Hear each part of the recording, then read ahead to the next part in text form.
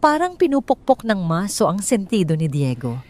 Ang walang tigil na iyak ng kanyang kambal na anak ay isang matinis na tunog na gumagapang sa bawat sulok ng 3 palapag na mansyon sa Tagaytay. Walang kahit anong silid, kahit ang pinakamalayo ang ligtas sa desperadong sigaw ni Leo at Mia. 3 araw na niyang suot ang gusot na puting polo. Ang mga bilog sa ilalim ng kanyang mga mata ay maitim at malalim, tila mga pasang iniwan ng maraming gabing walang tulog. Mula nang pumanaw ang kanyang asawang si Isabel, sa panganganak ang kanyang buhay, ay naging isang bangungot ng mga botelya ng gatas na isinusuka ang mga kabag na hindi maipaliwanag at isang walang katapusang parada ng mga yaya na sumusuko bago pa man matapos ang unang linggo. Hindi ko na kaya, Senyor Diego. Ang sigaw ng pinakabagong yaya ay sumabay sa kalabog ng mga gulong ng maleta nito sa mamahaling marmol ng pasilyo. Hindi normal ang mga batang iyan. Hindi sila natutulog, hindi sila kumakain. Sumisigaw lang sila na parang pinapatay. Sa inyo na ang pera ninyo. Aalis na ako. Isang malakas na kalabog ang sumara sa pinto. Nag-iwan kay Diego sa gitna ng malawak na foyer. Ang biglaang katahimikan ay tumagal lamang ng 2 segundo bago muling pumailan lang ang konsyerto ng pagtangis mula sa itaas, mas malakas pa kaysa kanina. Kinaladkad ni Diego ang kanyang mga paa paakyat sa hagdanan. Bawat baitang ay parang may bigat na 1 tonelada. Pumasok siya sa silid ng mga sanggol, isang kwartong pinalamutian ng pinakamagagandang imported na kasangkapan, mga laruang gawa ng mga sikat na taga-disenyo, at malambot na ilaw na dapat sana ay nag-aanyaya ng kapayapaan. Ngunit ang hangin sa loob ay mabigat siksik sa tensyon at pagod. Si Leo sa kanyang kuna ay namumula na parang kamatis, binabaluktot ang kanyang likod sa tindi ng pag-iyak. Sa katabing kuna si Mia ay humihikbi ang kanyang munting katawan ay niyayanig ng bawat pagsinok.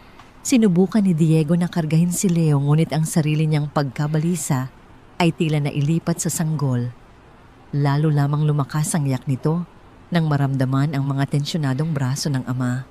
Leo anak, parang awa mo na. Pagod na si Papa. Bulong ni Diego, ang kanyang boses ay basag. Naramdaman niya ang init ng luha sa kanyang mga mata. Pakiramdam niya siya na ang pinakawalang kwentang tao sa mundo. Mayroon siyang milyon-milyon sa bangko, mga kumpanyang kinikilala, sa buong mundo kapangyarihan at impluensya, ngunit hindi niya mapatahan ang paghihirap ng sarili niyang mga anak. Isang matinis na tunog mula sa service doorbell ang umalingaw-ngaw. Sa una ay binaliwala niya ito, ngunit ang pagpupumilit nito ay nagtulak sa kanya na bumaba. Iniwan ang mga sanggol na ligtas, ngunit umiiyak pa rin sa kanilang mga kuna. Pagbukas niya ng pinto sa likod, isang babaeng mukhang simple, ngunit malinis ang tumambad sa kanya. Suot niya ay isang payak na bestida at may hawak na luma ng folder sa kanyang dibdib. Ang kanyang mga kamay ay mapupula, tila sanay sa mabibigat na gawain o matatapang na kemikal, ngunit ang kanyang mga mata ay may dalang kapayapaan, isang kapayapaang kabaligtaran ng kaguluhan sa loob ng bahay. Magandang umaga po, senyor. Ako po si Rosa, sabi niya sa isang malumanay, ngunit matatag na boses. Emergency po akong pinadala ng ahensya. Hindi na siya naghintay ng paanyaya. Nang marinig ang mga iyak mula sa itaas, ang kanyang formal na ekspresyon ay napalitan ng tunay na pag-aalala. Sila po ba yon? Naiiwan po silang mag-isa? Oo, kararating mo lang. Kakaalis lang ng yaya. Hindi ko na alam ang gagawin ko. Pag-amin ni Diego, bumigay na ang kanyang depensa dahil sa matinding pagod. Hindi nagtanong si Rosa tungkol sa sahod o sa kanyang mga araw ng pahinga. Tumango lamang siya, inilapag ang kanyang maliit na bag sa may pasukan at mula sa kanyang bulsa ay naglabas ng isang pares ng makintab na dilaw, nagwantes na guma, ang uri na ginagamit sa paglilinis. Isinuot niya ang mga ito habang paakyat ng hagdan nang may liksi na para bang alam na niya kung nasaan ang problema. Tuliro siyang sinundan ni Diego. Pagpasok sa silid, hindi tumakbo si Rosa patungo sa mga kuna. Huminto siya sandali, huminga ng malalim, at nagsimulang magham ng isang napakahinang himig. Halos hindi marinig. Lumapit siya muna kay Mia. Sa mabagal at tiyak na mga galaw, ipinasok niya ang kanyang mga kamay na nakasuot ng dilaw na guwantes sa ilalim ng katawan ng sanggol. Sasabihin na sana ni Diego na ang mga guwantes na yon ay para sa paglilinis ng banyo at hindi para sa paghawak sa kanyang mga anak. Ngunit natigilan siya nang makita ang reaksyon ng bata. Ang maningning na dilaw na kulay ng guwantes ay tila nakuha ang atensyon ng sanggol, ngunit ang haplos ni Rosa ang gumawa ng mahika. Hindi ito teknikal o medikal na haplos, ito ay isang yakap. Itinaas ni Rosa si Mia at isinandal sa kanyang balikat. Tinatapik-tapik ang likod nito sa isang ritmikong paraan, kasabay ng kanyang sariling mahinahong paghinga. Shh, munting anghel, nandito na si Tita Rosa. Ligtas ka na, bulong niya. Sa loob lamang ng 3 minuto, tumigil sa pag-iyak si Mia. Ang kanyang mabibigat na talukap ay bumagsak at ang kanyang paghinga ay naging regular. Nakatayo si Diego sa may pintuan na kanganga sa pagkamangha. Dahan-dahang inilapag ni Rosa si Mia sa kuna at inulit ang proseso kay Leo. Ang bata na karaniwang pinakamahirap patahanin ay sumuko rin sa kapayapaan na dala ng estrangherang babae. Hindi doon tumigil si Rosa. Habang ang mga sanggol ay nahuhulog sa mahimbing na tulog, nagsimula siyang ayusin ang silid ng walang ingay. Pinulot niya ang mga maruming lampin, binuksan ng bahagya ang bintana para makapasok ang sariwang hangin at inayos ang temperatura ng thermostat na masyadong malamig. Napaupo na lamang si Diego sa sopa sa sulok ng silid. Sa unang pagkakataon, sa loob ng maraming buwan, mayroong katahimikan, hindi isang tensyonadong katahimikan, kundi isang katahimikan ng kapayapaan. Tumingin siya kay Rosa na ngayon ay nakatayo sa tabi ng bintana, binabantayan ang pagtulog ng kambal na parang isang sundalo. Paano mo ginawa iyon? Tanong ni Diego sa isang pabulong na tinig. Naaamoy po ng mga sanggol ang takot, senyor. Sagot ni Rosa. Nang hindi tumitingin sa kanya ang mga mata, ay nakatuon sa mga bata. At sa bahay na ito maraming takot. Kailangan lang po nilang maramdamang ligtas, sila hindi lang basta pinapakain. Ipinikit ni Diego ang kanyang mga mata. Ang ginhawa ay napakalaki na hindi niya namalayang nakatulog na pala siya doon mismo sa sopa, suot pa rin ang kanyang damit pantrabaho. Iyon ang unang mahimbing na tulog na naranasan niya mula noong libing ng kanyang asawa. Ilang oras ang lumipas nang magising si Diego, medyo nalilito. Ang ginintuang kulay ng papalubog na araw ay pumapasok sa silid. Bigla siyang napabangon, kinabahan, sa katahimikan iniisip na baka may masamang nangyari sa mga bata. Ngunit nang tumingin siya sa malaking kama, sa gitna ng silid, isang tanawin ang nagpainit sa kanyang puso. Nakahiga si Rosa sa ibabaw ng kubrekama, talunan ng pagod. Suot pa rin niya ang kanyang asul na uniforme at ang kapansin-pansing dilaw na guwantes. Ngunit ang pinakanakatatak sa isip niya ay si Leo, ang maliit na Leo, na ayaw sa lahat ay natutulog sa pagitan ng kanyang braso, habang si Mia ay mahimbing na natutulog sa tabi ng kanyang balakang. Kahit tulog ang postura ni Rosa ay maprotekta, lumilikha ng isang harang sa paligid ng kanyang mga anak. Isang matinis na tunog ng mga takong na tumatama sa sahig na kahoy ang sumira sa sandaling iyon. Diego, mahal ko, nasaan ka ba? Kanina pa kita tinatawagan. Pumasok si Carla sa silid na parang isang buhawi ng mamahaling pabango at nagmamadaling enerhiya. Agad na itinapat ni Diego ang isang daliri sa kanyang mga labi, desperadong sumesenyas na manahimik. Ngunit huli na. Nagising si Rosa sa isang iglap na takot at sa bigla niyang pagkilos umungol si Leo at nagsimulang gumalaw. Nagmulat ng mga mata si Mia at nang makita ang estrangherang si Carla, sa pintuan kumunot ang noo nito, naghahandang umiyak. Ay, pasensya na. Hindi ko alam. na naglalaro ka pala ng bahay-bahayan kasama ang katulong. Sabi ni Carla na may ngiting hindi umabot sa kanyang mga matang malamig at mapanuri. Suot niya ang isang hapit na pulang bestida na sumisigaw ng kaibahan sa malambot na kapaligiran ng silid. Mabilis na tumayo si Diego at inayos ang kanyang damit. Carla, hinaan mo ang boses mo. Parang awa mo na. Kagigising lang nila. Ito ay isang himala. Siya si Rosa ang bagong katulong. Nakikita ko nga. Putol ni Carla, tinitingnan si Rosa mula ulo hanggang paa nang may halatang pangmamata. Mabilis na bumangon si Rosa. Mula sa kama, inilalagay ang mga sanggol sa kanilang mga kuna gamit ang nanginginig na mga kamay. Inayos niya ang kanyang tapis at yumuko. Magandang hapon po, senyora, bulong ni Rosa. Senyorita, pagtatama ni Carla nang may talim sa boses. Hindi pa kami kasal bagaman malapit na. At saka kailangan mo ba talagang suotin ang mga katawa-tawang guwantes na yan para hawakan ang mga bata? Mukha kang payaso. Carla, tama na. Sabi ni Diego, medyo inis. Ngunit pinilit pa ring maging malumanay. Nagawa ni Rosa ang hindi nagawa ng 5 lisensyadong nurse. Gusto siya ng mga bata. Hayaan mo na siya. Kumislap ang mga mata ni Carla. Nagbago ang kanyang maskara sa isang iglap.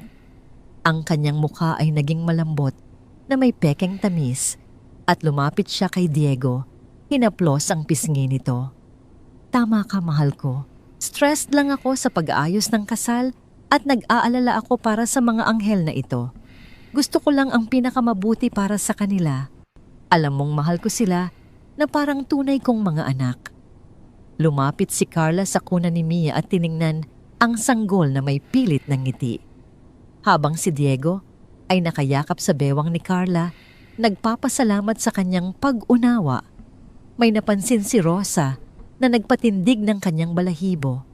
Ang tingin ni Carla sa mga sanggol ay hindi pagmamahal. Ito ay isang tingin ng pandidiri, tulad ng pagtingin sa isang ipis. Mahal, maligo ka na. Mungkahi ni Carla, dahan-dahang itinutulak si Diego patungo sa pinto. Amoy pagod ka na. Ako na ang magbabantay sa mga bata habang ano nga ulit pangalan niya, Rosa? Habang si Rosa ay naghahanda ng kape para sa atin. Guminhawa ang pakiramdam ni Diego.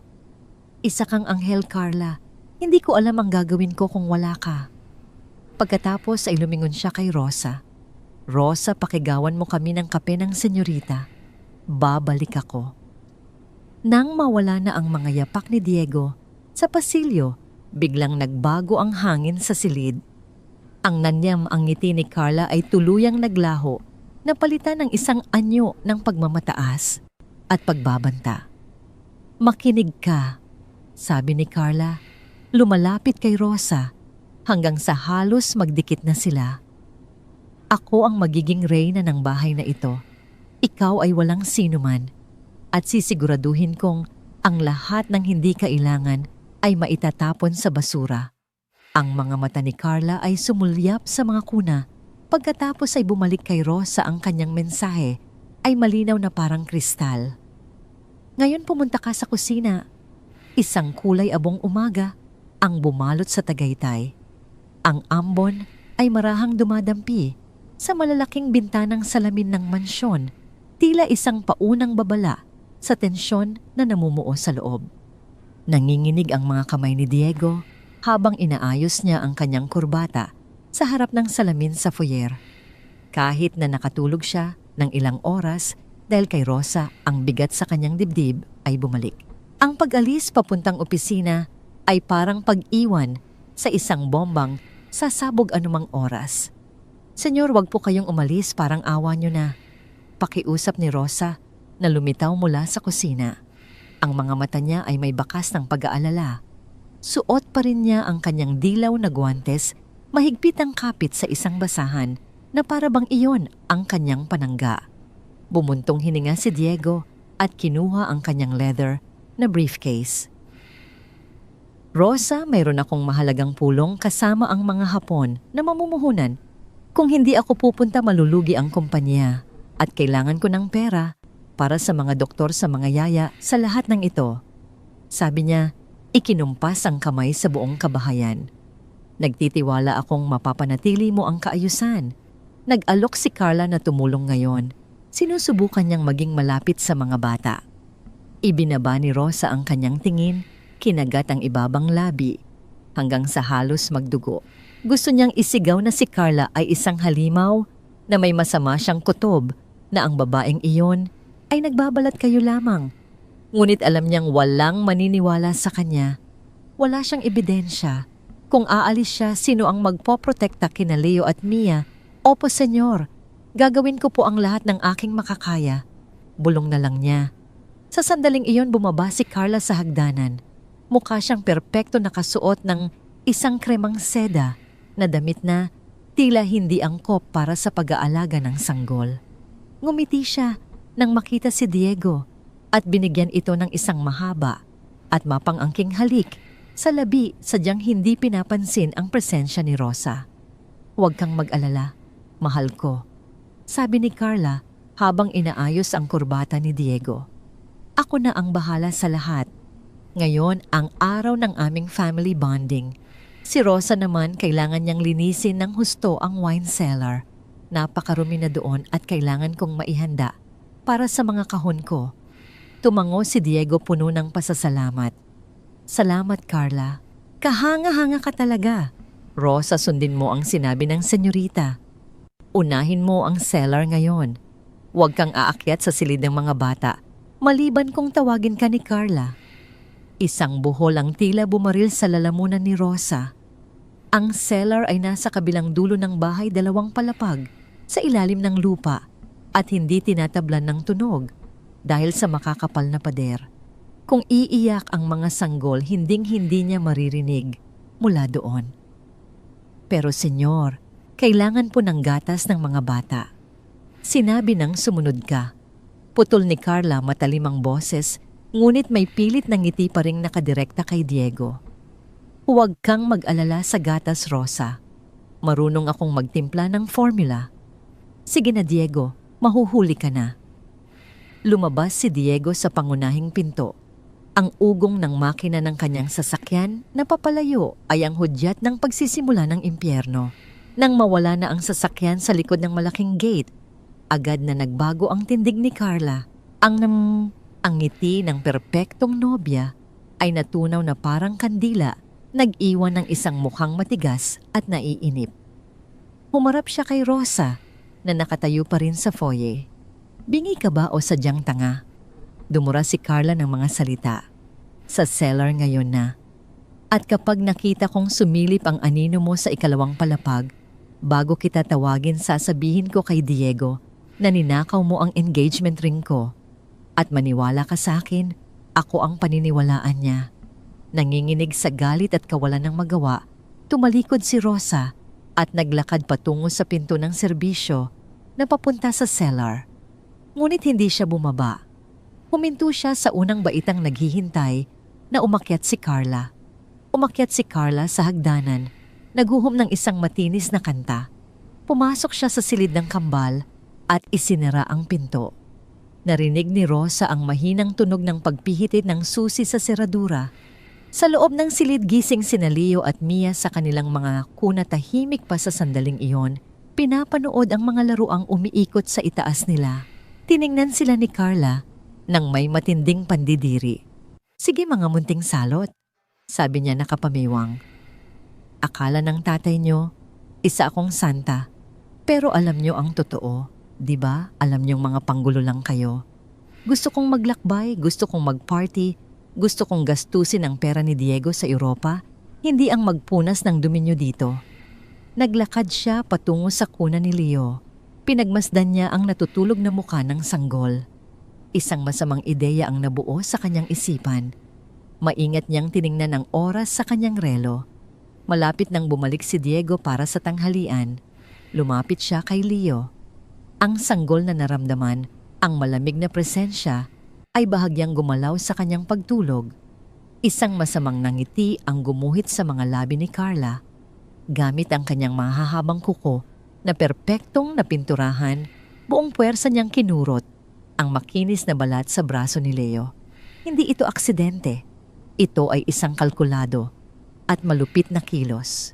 Isang matinis na sigaw ng sakit ang kumawala kay Leo na agad nagpagising kay Mia na nagsimula ring umiyak dahil sa takot. Muling napuno ng kaguluhan ang silid. Ayan, umiyak kayo. Sigaw ni Carla, may kasiyahan sa kanyang boses.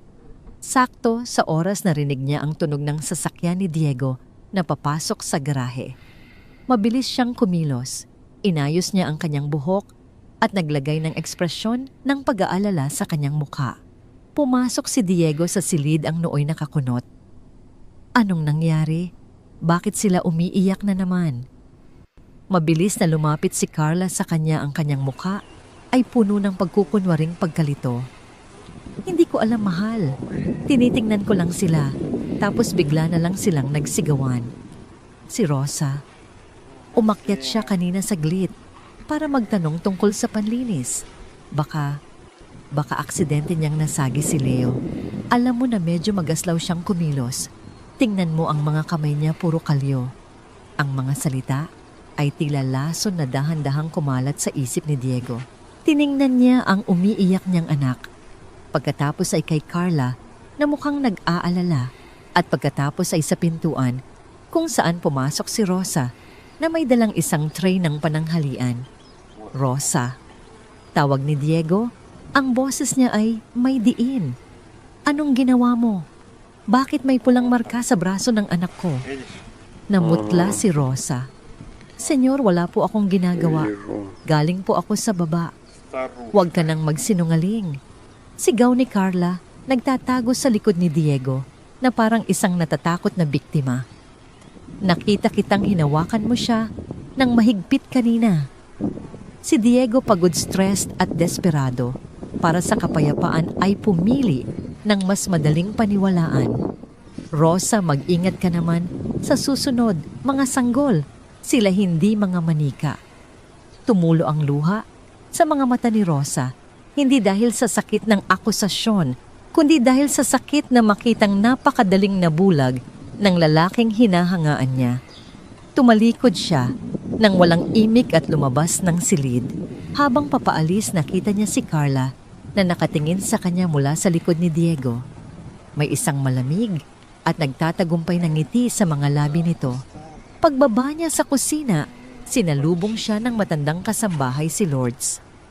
Si Lourdes ay matagal nang naninilbihan sa pamilya mula pa noong nabubuhay si Senyora Isabel. Tahimik lang siyang nagmamasid sa lahat ng nangyayari. Walang sinabi si Lourdes. Kumuha lang siya ng isang maliit na bote ng aceite de manzanilla mula sa isang aparador at iniabot ito kay Rosa. Para sa marka sa braso ng bata, sabi niya sa mahinang boses. Nang akmang aalis na si Rosa, hinawakan ni Lourdes ang kanyang braso. Lumapit ito at bumulong sapat lang para marinig nilang dalawa. Mag-ingat ka sa ahas na yan. Sabi ni Lourdes, ang mga mata niya ay makahulugan. Hindi siya papayag ang yumaong Senyora Isabel na makapasok sa bahay na ito. Protektahan mo ang mga bata, iha. Ikaw lang ang pag-asa nila. Tumango si Rosa. Pinunasan ang kanyang mga luha. Ang mga salita ni Lourdes ay nagbigay sa kanya ng bagong lakas. Hindi siya nag-iisa sa laban na ito. At ngayon, alam na niya hindi lang ito tungkol sa isang trabaho. Ito ay isang digmaan para sa kaligtasan ng dalawang inosenteng buhay. Ang sumunod na umaga ay nagdala ng panibagong bigat sa mansyon. Ang hamog ng Tagaytay ay bumalot sa labas ng bintana na lumilikha ng isang kulay abong tabing na naghihiwalay sa kanila sa mundo. Si Diego, na nakasuot ng kanyang dark blue na Amerikana, ay nagmamadaling ayusin ang kanyang mga dokumento sa briefcase. Ang kanyang mga mata ay nananatiling pagod, ngunit may bahid ng pag-asa dahil sa paniniguro ni Carla kagabi. Huwag kang mag-alala, mahal, malambing na sabi ni Carla habang inaayos ang kwelyo ni Diego. Ang kanyang boses ay tila pulot pukyutan, matamis malagkit. Ngayon ang araw na talagang makikipag-ugnayan ako sa mga bata. Gusto kong maramdaman nila na ako ang kanilang ina. Kaya bigyan mo kami ng privacy.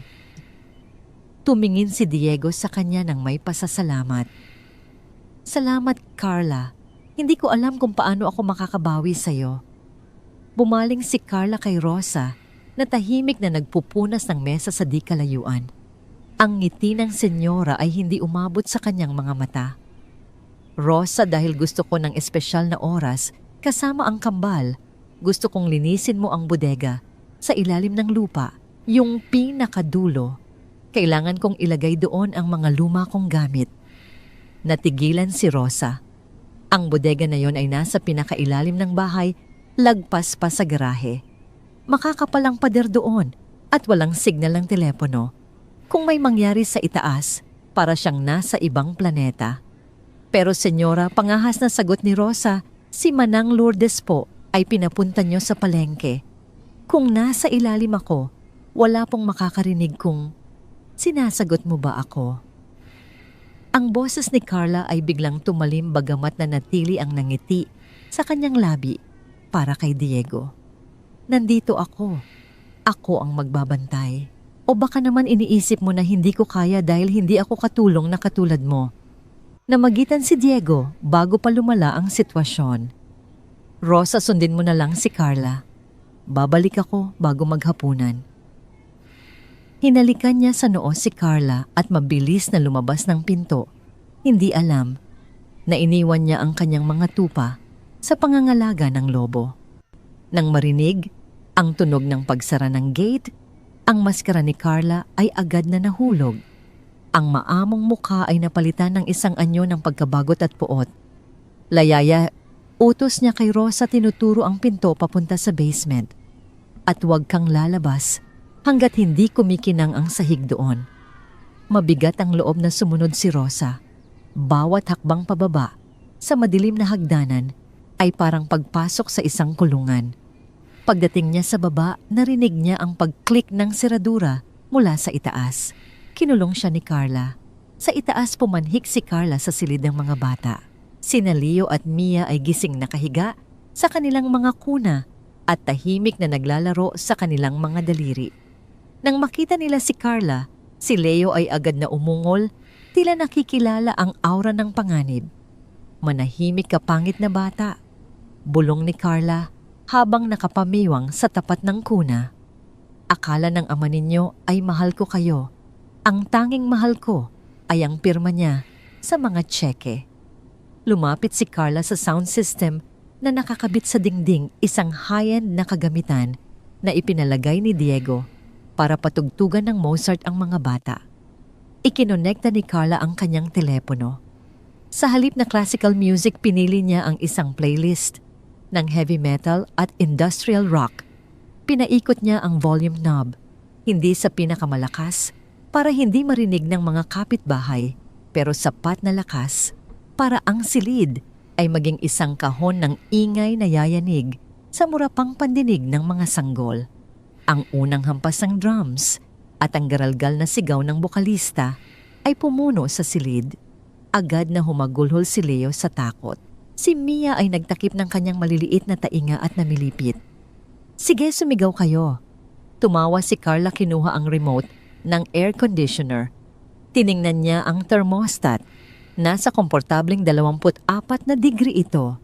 Pindot ng pindot si Carla sa down button hanggang sa lumabas ang numerong 16 na degree Celsius, ang pinakamalamig na setting. Pagkatapos pinindot niya ang turbo mode. Ang hangin mula sa vents ay bumuga ng malakas at nagyayelo. Lumapit siya sa mga kuna at sa isang mabilis na galaw, hinablot ang mga kumot na nakabalot sa mga bata. Iniwan silang nakasuot lamang ng manipis na sando. Ayan, sabi niya nang may kasiyahan. Palamigin natin ang mga ulo ninyo. Kapag dumating ang ama ninyo, siguradong paus na kayo kakaiyak at pagod na pagod. Wala na siyang gugustuhin kundi ang matulog at hayaan akong manipulahin siya. Naglakad si Carla palabas ng silid, isinara ang pinto at naglagay ng earplugs. Naupo siya sa pasilyo, nagbukas ng magasin at hinayaang maging impyerno ang silid ng mga anghel. Lumipas ang 4 na oras. 4 na oras ng walang tigil na ingay at lamig. Sa ilalim ng lupa, tapos na si Rosa sa paglilinis. Malinis na ang bawat sulok pero ang kanyang puso ay hindi mapakali. Ang katahimikan sa basement ay nakabibingi. Ang kanyang kutob ng ina, ang instintong hindi nangangailangan ng dugo para maramdaman, ay sumisigaw na may mali. Sinubukan niyang buksan ang pinto sa itaas ng hagdan. Nakalak ito. Tulong, may tao ba dyan? Sigaw niya kinakatok ang makapal na kahoy. Walang sumagot. Gamit ang isang lumang hairpin na nakuha niya sa kanyang bulsa, sinubukan niyang kalikutin ang lumang seradura. Salamat sa Diyos at lumana ang bahay. Ang kandado sa pinto ng serbisyo ay marupok na. Matapos ang ilang minutong pagpapawis at desperasyon, bumukas ito. Paglabas niya sa kusina, ang katahimikan ng bahay ay kakaiba. Masyadong tahimik. Ngunit nang lumapit siya sa hagdanan, narinig niya ito, isang mahina at dumadagundong na tunog ng bass na nanggagaling sa ikalawang palapag. Tumakbo si Rosa, nakalimutan na ang pagod. Habang papalapit siya sa silid ng mga bata, ang lamig ay tumagos sa ilalim ng pinto na parang usok. Hinawakan niya ang seradura. Mainit ang hawakan, pero ang hangin sa paligid ay nagyayelo. Senyora Carla, tawag niya kinakatok ang pinto. Walang sumagot. Piniihit niya ang pinto. Nakalak. Sa sandaling iyon, narinig niya ang tunog ng sasakyan ni Diego sa labas. Umuwi ito ng mas maaga kaysa sa inaasahan. Nataranta si Rosa. Kung darating si Diego at makikitang nakalak ang pinto, baka siya ang mapagbintangan. Pero mas mahalaga ang mga bata. Buong lakas niyang kinakalampag ang pinto. Buksan niyo ito, ang mga bata. Biglang bumukas ang pinto. Tumambad si Carla, ang buhok ay sadyang ginulo at ang muka ay may bahid ng pekeng pagkataranta. Anong ginagawa mo dito? Asik ni Carla. Ngunit bago pa siya makapagsalita, nang tapos pumasok si Rosa sa silid. Ang lamig ay sumampal sa mukha ni Rosa. Parang pumasok siya sa loob ng isang freezer. Ang musika ay nakapatay na, pero ang ugong ng aircon na nakaturbo ay napakalakas. Tumakbo siya sa mga kuna. Ang nakita niya ay dumurog sa kanyang puso. Sina Leo at Mia ay hindi na umiiyak. Wala na silang lakas para umiyak. Sila ay nakabaluktot, ang mga balat ay may kulay ube at asul, nanginginig ng marahas dahil sa hypothermia.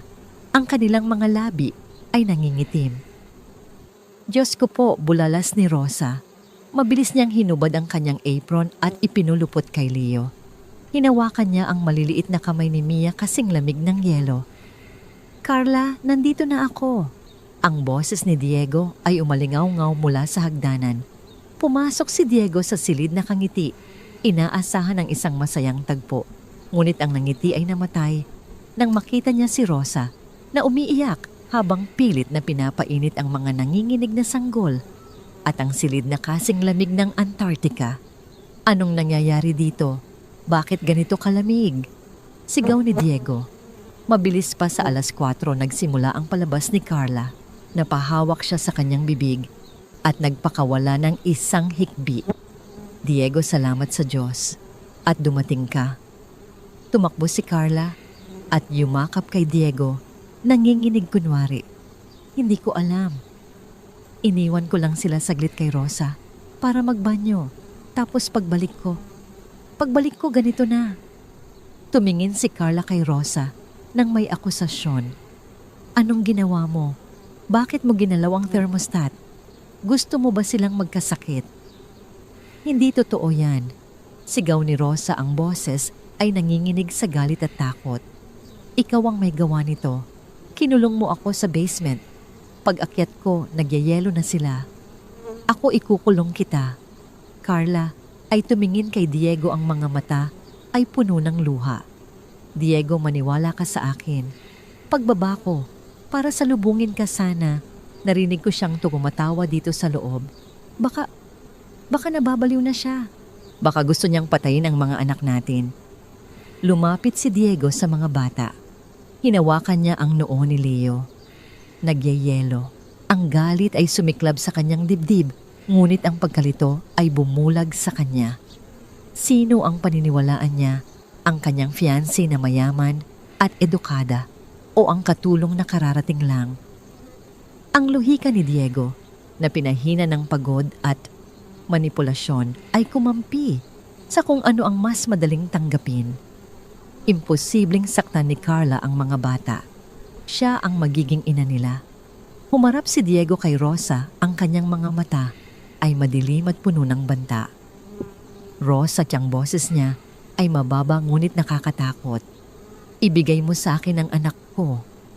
Senyor, pakinggan niyo po ako. Ibigay mo sa akin ang anak ko. Sigaw ni Diego. Nanginginig na ibinigay ni Rosa si Mia kay Diego. Mabilis na binalot ni Diego ang mga bata ng makapal na kumot. Lumabas ka. Utos ni Diego. Pero senyor, kailangan nila ng... Sinabi kong lumabas ka. Dinuro ni Diego si Rosa. Hindi kita tatanggalin ngayon dahil gabi na at umuulan. At kailangan ko ng tulong para painitin sila. Pero makinig kang mabuti, isang pagkakamali pa. Isa pa. At hindi lang kita palalayasin, ipapakulong kita. Napatingin si Rosa kay Carla. Nasa likod ito ni Diego, nagpupunas ng pekeng luha.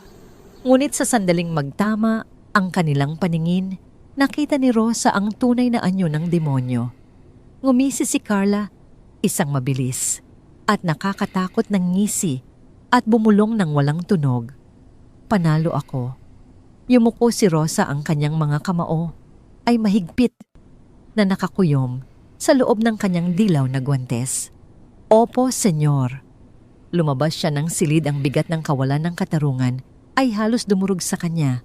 Pero habang naglalakad siya sa pasilyo, isang bagay ang nabuo sa kanyang isipan.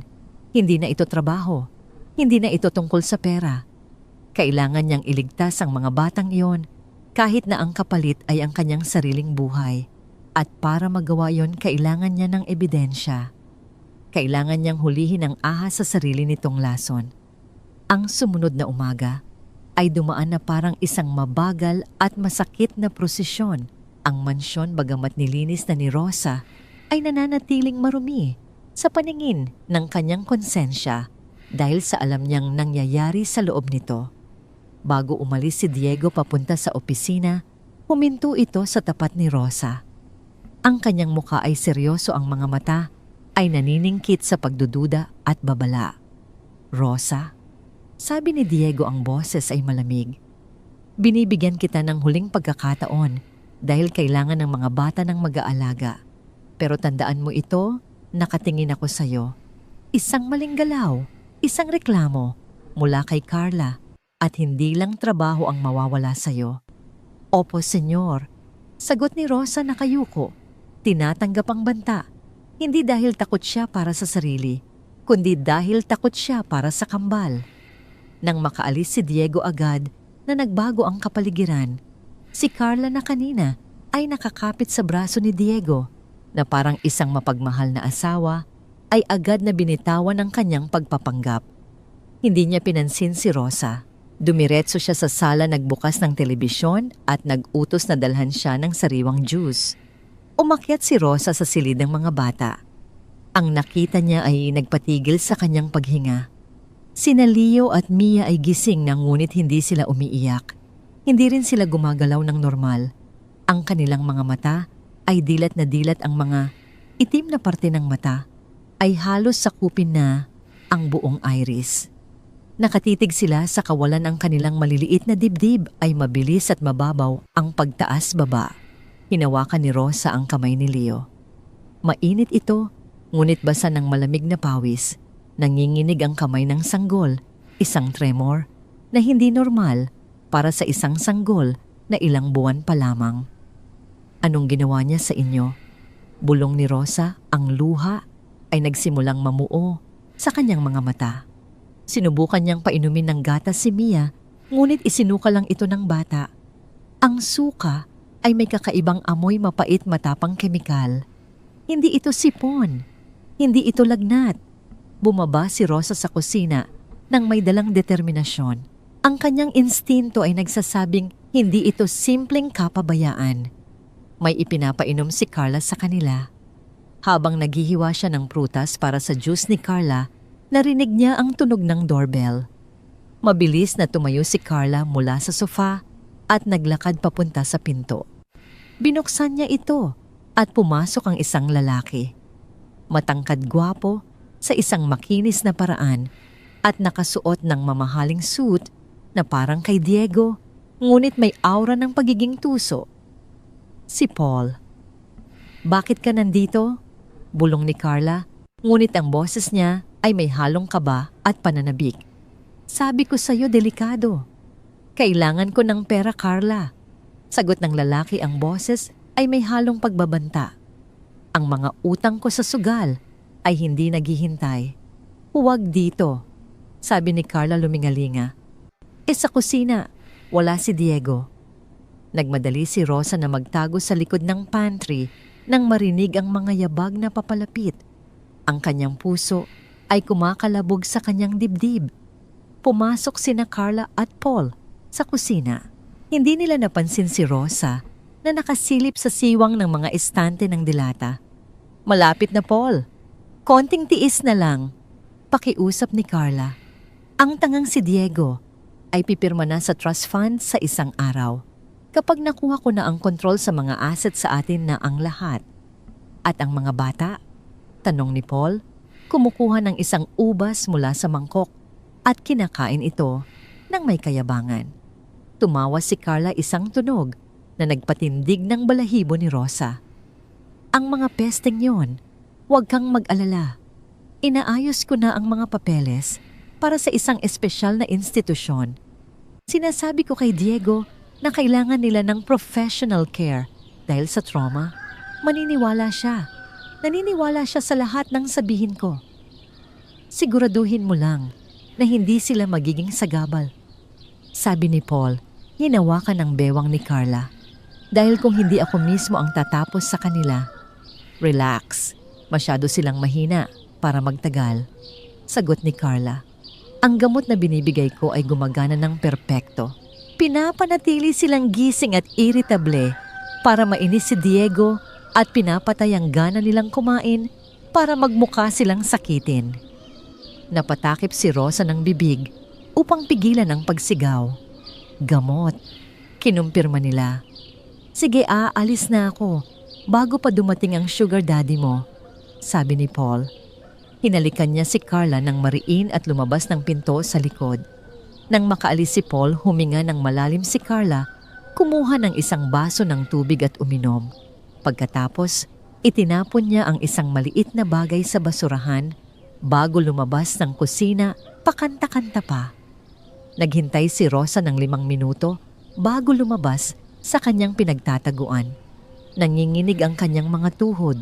Agad siyang lumapit sa basurahan kung saan may itinapon si Carla. Hindi niya ininda ang dumi. Hinalukay niya ang mga balat ng prutas at mga tissue na may bahid ng lipstick. At doon sa ilalim ng isang gusot na serbilyeta, nakita niya ito. Isang blister pack ng gamot. Walang laman. Pero ang pilak na palara sa likod ay may nakasulat na pangalan. Phentermine, 37.5 miligramo. Nanlaki ang mga mata ni Rosa. Alam niya ang gamot na ito. Minsan nang uminom nito ang dati niyang amo na gustong pumayat ng mabilisan. Ito ay isang napakatapang na appetite suppressant at stimulant. Sa matatanda, nagdudulot ito ng palpitations at insomnia sa mga sanggol. Sa mga sanggol ito ay lason. Pinapabilis nito ang tibok ng puso hanggang sa puntong maaari silang atakihin. Pinipigilan nito ang gutom, kaya sila namamatay sa gutom kahit may pagkain. Kaya pala dilat na dilat ang mga mata ni Leo at Mia. Kaya pala nanginginig sila. Nasa high sila. Droga ang ibinibigay ng demonyong babae sa kanila. "Diyos ko po." Bulong ni Rosa, yakap ang basurahan. Papatayin niya sila. Kinuha niya ang blister pack at ibinalot sa malinis na tissue. Itinago niya ito sa loob ng kanyang bra, malapit sa kanyang puso. Ito ang ebidensya. Ito ang patunay. Dali-dali siyang umakyat para hanapin si Diego. Sasabihin niya ang totoo. Ipapakita niya ang gamot. Pero huminto siya sa kalagitnaan ng hagdan. Naalala niya ang mukha ni Diego kaninang umaga. Ang kawalan ng tiwala. Kung ipapakita niya ang gamot na ito, ano ang sasabihin ni Carla? Sasabihin niyang kay Rosa yon? O sasabihin niyang vitamins lang yon? O sasabihin niyang nireseta ng doktor? Si Carla ay magaling magsinungaling. Si Rosa ay isang hamak na katulong lamang na may probationary status. Ang salita laban sa salita ay hindi uubra. Ang isang pirasong basura ay hindi sapat para ibagsak ang isang babaeng tulad ni Carla. Kailangan niya ng higit pa. Kailangan niyang makita ni Diego ang katotohanan gamit ang sarili niyang mga mata. Bumalik si Rosa sa kanyang maliit na kwarto sa silong. Binuksan niya ang kanyang lumang bagahe. Sa ilalim ng mga nakatuping damit, kinuha niya ang isang lumang smartphone. Basag ang screen nito sa gilid at mabilis maubos ang baterya pero gumagana pa ang kamera. Tiningnan niya ito. Ito ang magiging sandata niya. Pasensya na, Senyor Diego. Bulong niya sa hangin. Kung hindi ka maniniwala sa akin, pipilitin kitang maniwala sa nakikita mo. Bumalik siya sa kusina. Ang takot ay napalitan ng isang malamig na determinasyon. Hindi na siya ang yaya na natatakot mawalan ng trabaho. Siya na ngayon ang sundalo na naghahanda para sa isang digmaan. At ang unang laban ay magsisimula ngayong gabi. Isang nakabibinging katahimikan ang bumalot sa mansyon nang umalis si Carla. Sinabi nitong pupunta siya sa spa para magparelax bago ang malaking hapunan bukas kung saan pipirmahan na ni Diego ang mga papeles ng trust fund. Para kay Rosa, ang pag-alis na ito ay hindi para sa pahinga. Ito ay isang biyaya, isang maliit na bintana ng pagkakataon na ibinigay ng tadhana. Nanginginig ang mga tuhod ni Rosa habang mabilis na umaakyat sa hagdanan. Hawak niya ang kanyang lumang cellphone at isang power bank na nakatago sa ilalim ng kanyang apron. Alam niyang mayroon lamang siyang 2 oras marahil ay mas maikli pa bago bumalik ang babaeng iyon. Pagpasok niya sa silid ng mga bata, agad siyang sinalubong ng amoy ng gamot at kulob na hangin. Sina Leo at Mia ay natutulog ngunit ang kanilang pagtulog ay hindi payapa. Sila ay namimilipit at paminsan-minsan ay umuungol na parang binabangungot. Huminga ng malalim si Rosa. Para sa inyo ito, bulong niya sa sarili. Iginala niya ang kanyang paningin sa silid. Kailangan niya ng isang lugar, na mataas, isang lugar na nakikita ang buong kwarto, lalo na ang mga kuna at ang rocking chair kung saan madalas umupo si Carla. Ang kanyang mga mata ay dumako sa ibabaw ng mataas na aparador ng mga damit. Doon nakaupo ang isang higanting teddy bear na kulay tsokolate. Regalo ito ng isang kasosyo sa negosyo ni Diego noong binyag, ngunit dahil masyadong malaki ginawa na lamang itong dekorasyon. Hinila ni Rosa ang isang upuan at pumatong dito. Kinuha niya ang oso. Mabigat ito at malambot. Patawarin mo ako, Teddy. Bulong ni Rosa habang nilalabas ang isang maliit na gunting mula sa kanyang bulsa. Sa likod ng leeg ng oso, gumawa siya ng maliit na hiwa sa tahi. Maingat niyang inalis ang ilang bulak sa loob upang gumawa ng espasyo. Ipinasok niya ang lumang cellphone sa loob ng tiyan ng oso. Sinisigurong ang lens ng kamera ay nakasilip sa isang butas sa pagitan ng laso sa leeg at ng balahibo nito. Ikinabit niya ang power bank at itinago ito sa mas malalim na parte ng palaman ng oso. Alam niyang mabilis malobat ang lumang telepono, kaya kailangan nito ng tuloy-tuloy na kuryente. Binuksan niya ang camera app. Sinubukan niyang i-record ang sarili. Malinaw. Nakikita ang buong silid. Ang angle ay perpekto kitang-kita. Ang mga kuna at ang upuan. Ibinalik niya ang oso sa ibabaw ng aparador. Mula sa malayo mukha itong ordinaryong laruan na nagbabantay sa mga bata. Walang makapapansin sa maliit na itim na tuldok sa leeg nito. Ngunit hindi pa tapos si Rosa. Alam niyang hindi niya pwedeng bantayan ng video ng real time dahil kailangan niyang magtrabaho sa baba. Kinuha niya ang receiver ng lumang baby monitor mula sa isang kahon ng mga lumang gamit sa ilalim ng kuna. Ito ang monitor. na ipinatapon ni Carla noong nakaraang linggo dahil lumana at pangit tingnan. Ngunit itinago ito ni Rosa dahil alam niyang gumagana pa ito. Pinalitan lang niya ng bagong baterya. Itinago niya ang transmitter sa likod ng tumpok ng mga lampin sa changing table kung saan hindi ito agad mapapansin. Binuksan niya ito at sinubukan ang receiver na hawak niya. Narinig niya ang mahinang paghinga ni Leo. Gumagana. Bumaba si Rosa sa laundry area, ang pinakaligtas na lugar para magtago habang nagkukunwaring naglalaba. Ang kanyang puso ay tumitibok ng mabilis sa kanyang lalamunan. Ngayon, mayroon na siyang mata at tainga sa silid na yon. Ilang sandali pa narinig niya ang tunog ng makina ng sasakyan ni Carla na pumasok sa garahe. Ang bigat ng atmosfera sa bahay ay agad na nagbago. Bumalik na ang reyna ng kasamaan. Narinig ni Rosa sa receiver ang mga yabag ng takong ni Carla na umaakyat sa hagdan. Pagkatapos ang pinto ng silid ng mga bata ay bumukas ng marahas. "Nandito na ako, mga munting halimaw." Ang boses ni Carla ay garalgal at puno ng pagkamuhi, malinaw na naririnig sa maliit na speaker na hawak ni Rosa. Narinig ni Rosa ang tunog ng isang bagay na ibinagsak sa mesa, marahil ay ang kanyang mamahaling bag. Pagkatapos nagsalita ulit si Carla, ngunit sa pagkakataong ito, iba ang tono. Kausap niya ang isang tao sa telepono. "Oo, Paul, nandito na ako. Nakakapagod magpanggap." Reklamo ni Carla. "Ang tangang si Diego bilib na bilib sa akin. Bukas pipirma na siya. Kapag nakuha ko na ang kapangyarihan sa trust fund, magsisimula na ang tunay na buhay natin." Napahigpit ang hawak ni Rosa sa receiver. Ang Paul na yon, ang lalaking nakita niya sa kusina. Ang mga bata. Tumawa si Carla ng mapakla. "Huwag kang mag-alala. Naayos ko na ang lahat. May nahanap akong ampunan sa probinsya. Mura lang at walang magtatanong.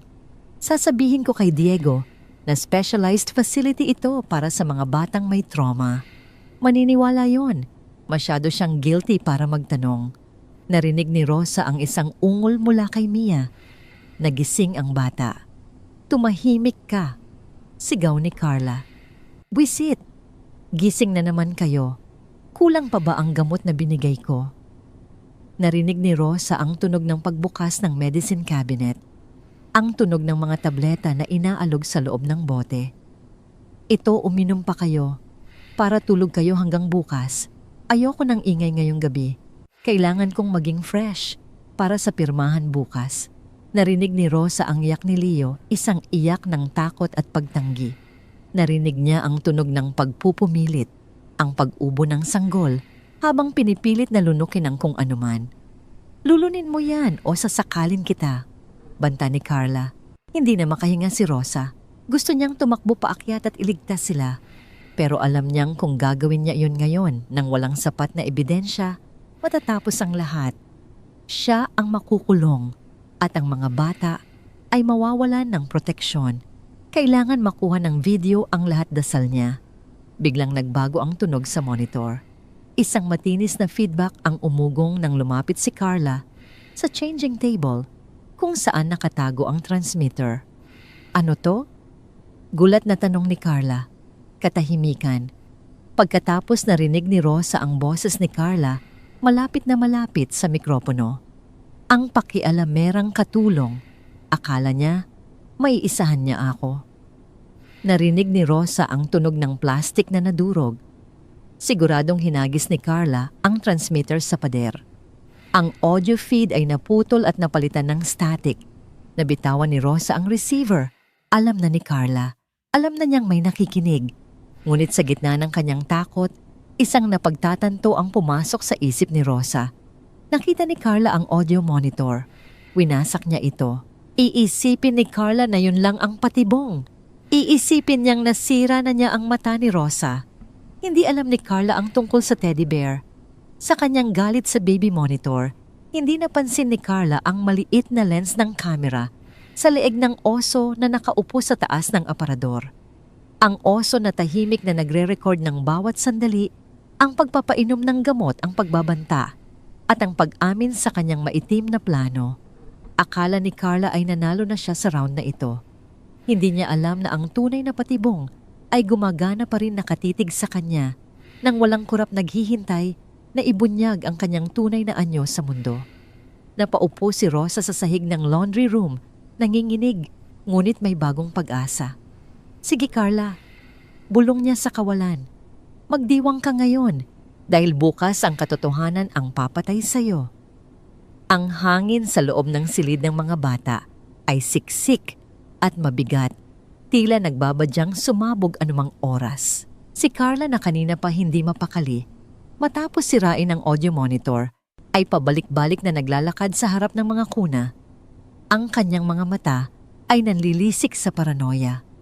Alam niyang may nagmamatyag ngunit akala niya ay nasira na niya ang tanging tainga ng kaaway. Kumuha siya ng baso ng tubig mula sa mesa upang pakalmahin ang kanyang sarili. Ang kanyang mga kamay ay nanginginig sa galit. Sa kanyang pagmamadali at inis padabog niyang ibinaba ang baso sa ibabaw ng mataas na aparador. Ang malakas na pagbagsak ay lumikha ng vibration. Ang malaking teddy bear na nakaupo sa gilid ng aparador ay nawalan ng balanse. Dahan-dahan tila sa slow motion na hulog ito sa sahig. Bumagsak ang oso ng patiwarik. Mula sa likod ng leeg nito, kung saan ang tahi ay hiniwa, dumulas palabas ang lumang smartphone ni Rosa. Ang power bank ay kumalas at tumama sa sahig na kahoy lumilikha ng isang matunog na kalabog. Natigilan si Carla. Tinitigan niya ang telepono. Ang screen ay umiilaw pa rin at sa gitna nito ay nakikita ang isang pulang tuldok senyales na ito ay nagre-record. Ikaw. Bulong ni Carla, ang kanyang mukha ay namutla bago napalitan ng isang mapulang galit. Traitor na katulong. Sa ibaba narinig ni Rosa ang kalabog. Alam niyang nahulog ang oso. Ang kanyang puso ay tumalon sa kanyang lalamunan. Hindi siya nag-isip. Tumakbo siya paakyat ng hagdan, ang kanyang mga dilaw na guwantes ay basa pa ng tubig at sabon mula sa labahan. Pagbukas niya ng pinto, huli na ang lahat. Hawak na ni Carla ang telepono. Ito pala ang laro mo ha? Sigaw ni Carla, ang kanyang boses ay nanginginig sa puot. Akala mo ba matatalo mo ako gamit ang basurang ito? Ibigay mo sa akin yan. Sigaw ni Rosa. Sumugod siya upang bawiin ang ebidensya. Wala na siyang pakialam sa posisyon o galang. Ang teleponong yon, ang buhay ni Leo at Mia. Sinubukan ni Carla na umiwas, ngunit nahawakan ni Rosa ang kanyang braso. Nagpangbuno ang dalawang babae. Si Carla, bagamat mas bata, ay pinahina ng kanyang sariling bisyo at galit. Si Rosa naman ay pinalakas ng taon ng pagbabanat ng buto at ng desperadong pagmamahal sa mga bata. Bitawan mo ako, hampas lupa. Tili ni Carla, kinakalmot ang mukha ni Rosa gamit ang kanyang mahahabang kuko. Naramdaman ni Rosa ang hapdi sa kanyang pisngi, ngunit hindi siya bumitaw. Hindi mo sila sasaktan. Alam ko ang ginagawa mo. Sa gitna ng kanilang paghilahan, nabitawan ni Carla ang telepono. Dumulas ito sa sahig. Pareho silang sumugod para damputin ito. Si Carla ang nauna. Hinablot niya ang telepono at sa halip na itago ito, itinaas niya ang isang mabigat na lampshade na gawa sa tanso.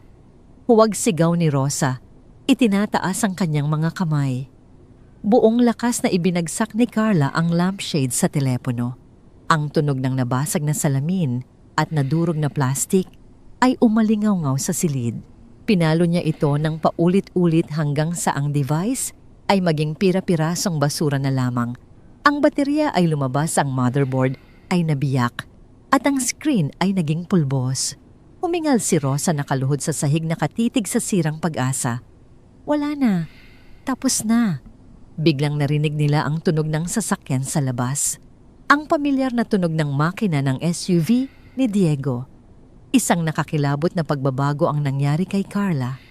Ang kanyang mukha na kanina ay puno ng demonyong galit, ay biglang naging kalmado at kalkulado. Tumingin siya kay Rosa at ngumisi. Tingnan natin kung sino ang paniniwalaan niya. Bulong ni Carla. Hinawakan ni Carla ang sarili niyang blusa at marahas itong pinunit sa may balikat. Inilalantad ang kanyang strap ng bra. Pagkatapos, sinampal niya ang sarili ng malakas sa mukha sapat para mag-iwan ng pulang marka. Ginulo niya ang kanyang buhok hanggang sa magmukha siyang biktima ng isang marahas na krimen. Tulong, tulungan niyo ako. Nagsimulang sumigaw si Carla, ang kanyang boses ay nagbago mula sa galit patungo sa matinis na takot. Diego, papatayin niya ako. Anong ginagawa mo? Bulalas ni Rosa, hindi makapaniwala sa nakikita. Bumukas ng malakas ang pinto sa ibaba. Ang mga yabag ni Diego ay mabilis na umaakyat sa hagdan. Carla, anong nangyayari? Pumasok si Diego sa silid at ang tumambad sa kanya ay isang eksena mula sa impyerno. Ang silid ay wasak, ang lampshade ay nasa sahig, ang mga laruan ay nagkalat. Ang mga sanggol ay umiiyak ng malakas dahil sa ingay. Si Rosa ay nakaluhod sa gitna ng silid, hinihingal suot ang kanyang dilaw na guwantes. At si Carla ay nakasiksik sa sulok yakap, ang sarili, ang damit ay punit at ang mukha ay may marka ng pananakit, umiiyak ng walang tigil. Diego, humagulhol si Carla at tumakbo sa mga bisig ng kanyang nobyo. Salamat sa Diyos. Akala ko, katapusan ko na. Yinakap ni Diego si Carla nang mahigpit, ang kanyang mga mata ay nanlilisik habang nakatingin kay Rosa. Ang kanyang pag-aalala ay napalitan ng isang madilim na puot. Anong ginawa mo? Tanong ni Diego, ang boses ay mababa at nanginginig sa galit. Inatake niya ako, Diego. Sumbong ni Carla sa pagitan ng mga hikbi. Nahuli ko siyang nagnanakaw ng alahas ko sa drawer. Nang harapin ko siya, bigla na lang siyang nagwala. Sinugod niya ako. Tingnan mo ang ginawa niya sa akin. Gusto niya akong patayin. Hindi totoo yan. Sigaw ni Rosa, tumatayo. Siya ang may gawa nito. May gamot siya. Nilalason niya ang mga bata. May video ako sa telepono, pero sinira niya. Itinuro ni Rosa ang pira-pirasong telepono sa sahig. Tiningnan ito ni Diego. Pagkatapos ay tumingin siya kay Carla na nanginginig sa takot sa kanyang dibdib. Ang lohika ni Diego ay mabilis na bumuo ng konklusyon. Ang telepono ay kay Rosa. Ang sira-sirang silid. Ang punit na damit ni Carla. Ang mga alahas na nagkalat sa sahig na sadyang inihulog ni Carla kanina habang nagpapangbuno sila. Sa mata ng isang pagod at nalilitong ama, malinaw ang kwento. Isang katulong na nahuling nagnanakaw at naging marahas. Ang kapal ng mukha mong magbintang, sabi ni Diego. Binitawan niya si Carla at lumapit kay Rosa. Sa tangkad ni Diego, nagmukhang maliit at walang laban si Rosa. Senyor, maniwala po kayo. Tumingin kayo sa mga mata ni Leo. Tumingin kayo. Tumahimik ka. Ang sigaw ni Diego ay yumanig sa buong kwarto. Ikaw ang pinagkatiwalaan ko. Pinapasok kita sa pamamahay ko. Hinayaan kitang hawakan ng mga anak ko.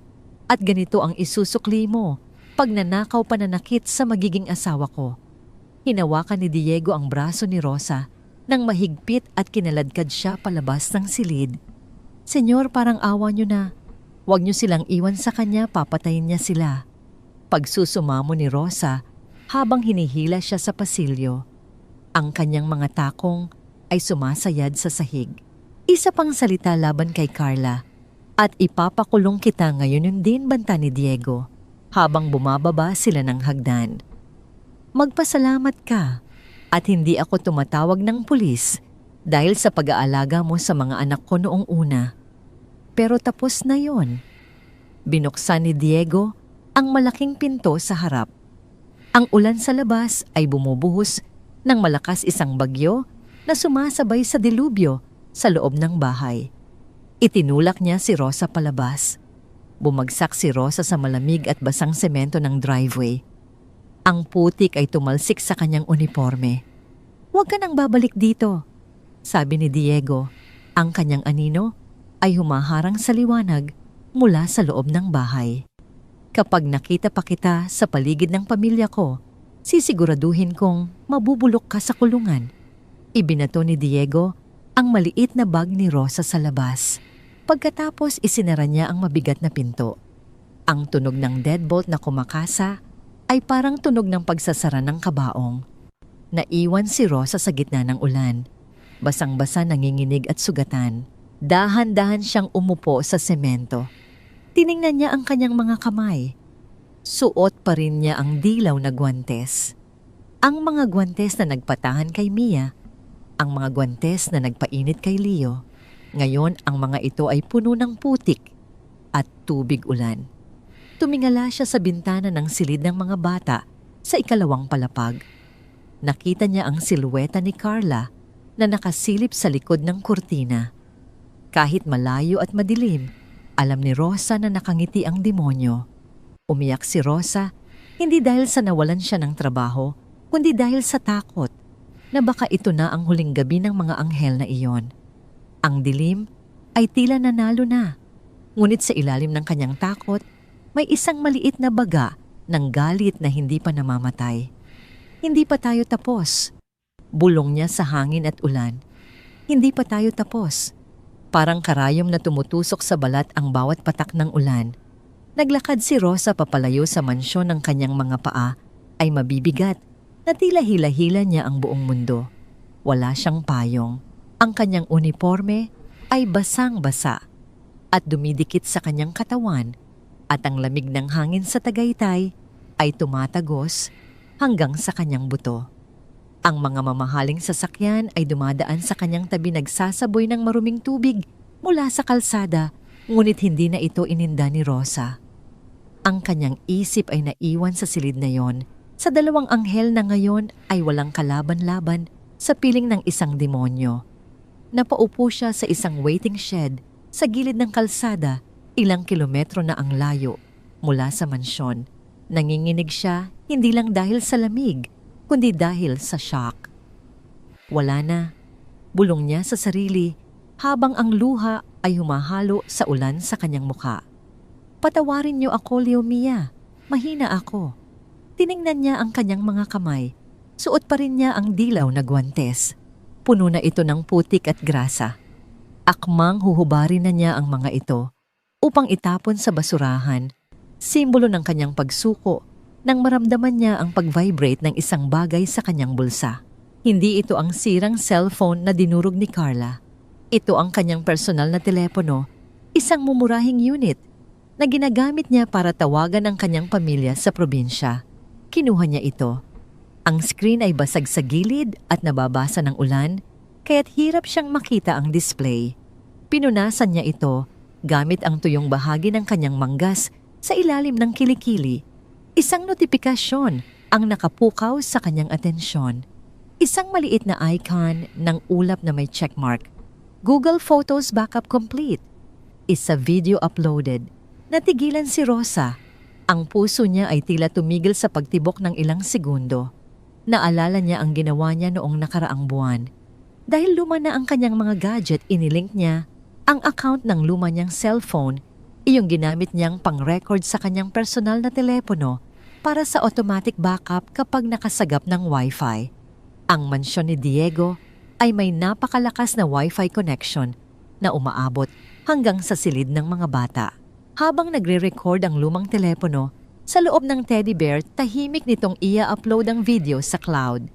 Nanginginig ang mga daliri ni Rosa habang pinipindot ang notifikasyon. Nag-load ang video. Mabagal dahil sa mahinang signal sa labas, ngunit lumabas ang thumbnail. Ito ay kuha mula sa taas ng aparador. Kitang-kita si Carla na nakatalikod. Pinindot ni Rosa ang play. Sa maliit at basag na screen ng kanyang telepono, napanood niya ang lahat. Narinig niya ang malinaw na boses ni Carla habang kausap si Paul. Narinig niya ang pag-amin tungkol sa lason. Narinig niya ang plano tungkol sa ampunan. At ang pinakamasakit, nakita niya kung paano pilit na pinainom ni Carla ng gamot si Leo habang tinatakpan ng ilong nito para mapilitang lumunok. Napahagulgol si Rosa. Hindi ito iyak ng pagkatalo, kundi iyak ng pasasalamat at nag-aalab na galit. Nahuli kita. Bulong niya hinihigpitan ng hawak sa telepono. Hawak ko na ang leeg mo, Carla. Tumayo siya. Ang lamig ay nawala na palitan ng init ng determinasyon. Kailangan niyang bumalik. Kailangan niyang ipakita ito kay Diego. Pero paano pinalayas na siya? Ang gate ay nakasarado at may security guard. Kung magpupumilit siyang pumasok, tatawag sila ng pulis at baka makulong pa siya bago niya maipakita ang video. At si Diego? Si Diego ay galit sa kanya. Hindi siya nito papakinggan. Kailangan niya ng tulong mula sa loob. Hinanap niya sa kanyang contacts ang numero ni Manang Lourdes. Nagring ito ng matagal. Bawat segundo ay parang oras. Sagutin niyo po, Manang Dasal ni Rosa. Hello, Rosa. Ang boses ni Lourdes ay mahina at takot. Manang, tulungan niyo po ako. Mabilis na sabi ni Rosa, hindi na nagpaligoy-ligoy. Nasa akin po ang ebidensya. May video ako kung paano nilalason ni Carla ang mga bata. Totoo po ang sinabi ko. Katahimikan sa kabilang linya. Pagkatapos isang mabigat na buntong hininga. Alam ko, iha. Nararamdaman ko. Kanina lang nakita kong tinatapon niya ang mga gatas ng bata sa lababo at pinapalitan ng tubig na may halong kung anong pulbos. Kailangan ko pong makapasok, Manang. Kailangan makita ito ni Senyor Diego. Hindi ka makakapasok sa main gate, babala ni Lourdes. Inutos ni Senyor na huwag kang papapasukin kahit anong mangyari. At may mangyayari bukas ng gabi. May maliit na salo-salo. Darating ang abogado at ilang partners sa negosyo. Pipirmahan na ni Senyor ang trust fund. Nanlaki ang mata ni Rosa. Bukas. Kapag napirmahan iyon, hawak na ni Carla ang pera. Kapag nakuha na niya ang pera, wala nang silbi ang mga bata sa kanya. Baka tuluyan na niya silang iligpit. Hindi po pwedeng umabot sa pirmahan, Manang. Kailangan ko pong makapasok bago mangyari yon. Makinig ka, Rosa. Ang boses ni Lourdes ay naging matatag, ang boses ng isang tapat na alagad na handang ipagtanggol ang alaala ng kanyang yumaong senyora. Bukas ng gabi abala ang lahat sa party. Si Carla ay magiging abala sa pagpapaganda at pag-aasikaso sa mga bisita. Iyon ang pagkakataon mo. Paano po ako papasok? Sa likod ng hardin may maliit na service gate na ginagamit ng mga hardinero. Nakakandado yon, pero nasa akin ang susi. Bubuksan ko yon ng eksaktong 7:00 ng gabi habang nagsisimula ang appetizers. Salamat po, Manang. Utang ko po sa inyo ang buhay ng mga bata. Mag-ingat ka, Rosa. Ang babaeng iyon ay hindi tao. Siya ay demonyo. Pinatay ni Rosa ang tawag. Tumingin siya sa mansyon sa malayo na ngayon ay nababalot ng dilim at ulan. Hindi siya umuwi para magpahinga. Wala siyang pera para sa pamasahe pauwi sa probinsya at hindi siya aalis hanggat hindi ligtas ang kambal. Nagpalipas siya ng gabi sa isang 24 na oras na convenience store. Bumili lang ng mainit na kape gamit ang huling barya sa bulsa. Habang nakaupo sa sulok ng tindahan, pinunasan niya ang kanyang dilaw na guwantes. Nilinis niya ang putik. Tinuyo niya ang mga ito gamit ang tissue. Isinuot niya itong muli. Ang mga ito ay hindi na lang basta guwantes ng katulong. Ito ang kanyang baluti. Ito ang kamay na magliligtas sa mga walang malay at dudurog sa kasinungalingan.